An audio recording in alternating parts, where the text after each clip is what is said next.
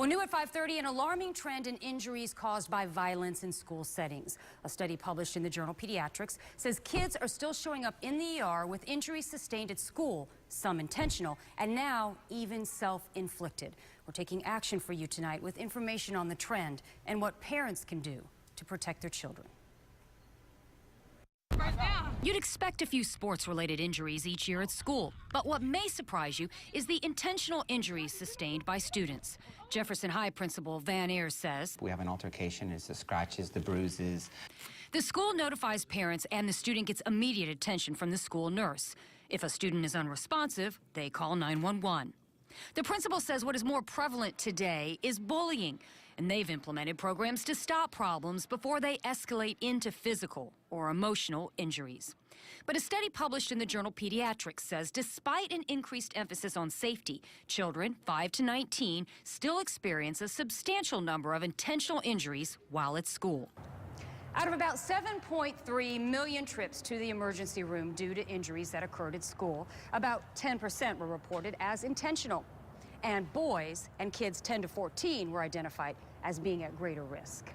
Dr. Michael Longley says he is alarmed by the increase in self-inflicted injuries.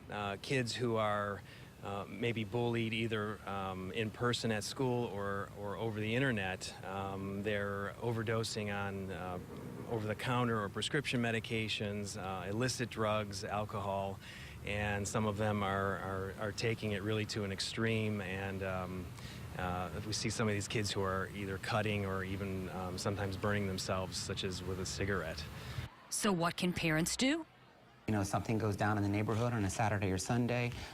If we don't get word of it, we need to, they need to let us know. If we don't get word, as soon as they get to school, we've seen it before, we'll have a fight because of something that happened over the neighborhood. But if they can let us know, we can be in place at 6:45, 7 o'clock in the morning.